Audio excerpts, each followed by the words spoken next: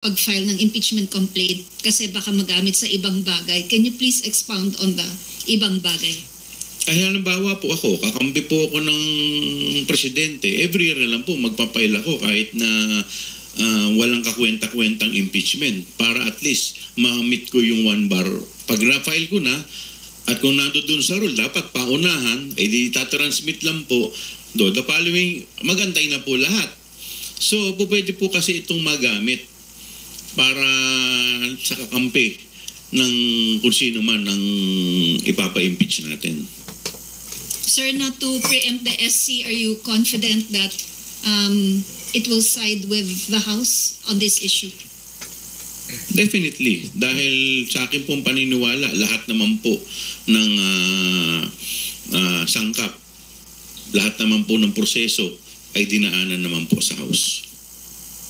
Baka po si Kong Ridon may madadagdag. Well, tingin po natin ang magiging tanong ng SCI, particularly dun sa first 3 complaints, ay una, meron ba nag-file? Nangyari na ho yun. Pero ang susunod, which is the requirement under Gutierrez and under Francisco, nagkaroon ba ng referral to the House Committee on Justice? I think the facts are clear that there was never a referral to the House Committee on Justice on the first, on the second, on the third complaint. So, basically, dapat ho, basura po, ultimately. Ito pong kaso po nito. Kasi, ang talaga ho nga, magkakaroon lang po ng 1-year bar rule. Ay ito po nga tumuloy po na impeachment complaint kung saan nagkaroon po ng direct plenary action. 215 congressmen approved the articles of impeachment and transmitted it to the Senate on the same day. So, kung yun ho yung pag-uusapan, dapat ho talaga mabasura na po yung complaint na final po sa Supreme Court. Thank you. Thank you, Tina. May Lalis Moras from PTV4 is now recognized. Hi, good morning po mga Kongs. Despite all these issues, Kong Chua, tanong ko lang sana yung preparations nyo for the impeachment trial. Sa ngayon po ba, tuloy pa rin yung preparations mo for impeachment trial? Nadadagdagan pa rin ba yung mga ebidensyang hawak nyo or sa tingin nyo naapektuhan na dahil sa mga issue nito? Well, tuloy-tuloy pa rin po ang paghahanda ng House prosecutors.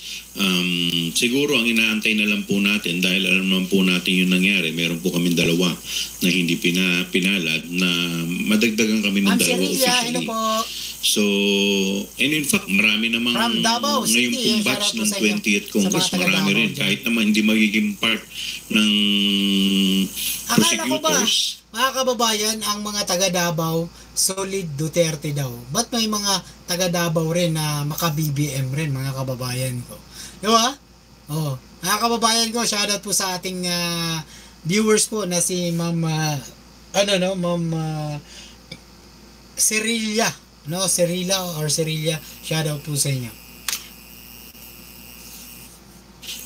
Marami po na po pwede rin naman makatulong sa amin ng mga abogado. Kagaya po ni Congressman Terry, isang mahusay din pong abogado. So marami naman po yan. So basta't kami po tuloy-tuloy, yung mga ebidensya po na nilalakap po natin ay nandiyan pa rin po, intact pa rin po. At makakaasa po kayo. Basta't ang kinakailangan lang po at ang hinihingin lang po namin ay mabigyan kami ng pagkakataon na mailatag yung ebidensya dito po sa impeachment complaint. Opo. Kayo, Kong Ridon, are you willing to help din the House prosecution team in any way possible?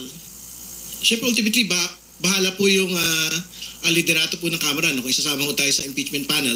Pero I think naman po ito it is a duty of a congressman na pagka talagang willing pa rin po ang 20th Congress to prosecute the impeachment trial of Vice President Sara Duterte, kung sino yung pwedeng makatulong po rito, dapat pong makatulong dito po sa proceedings po na ito.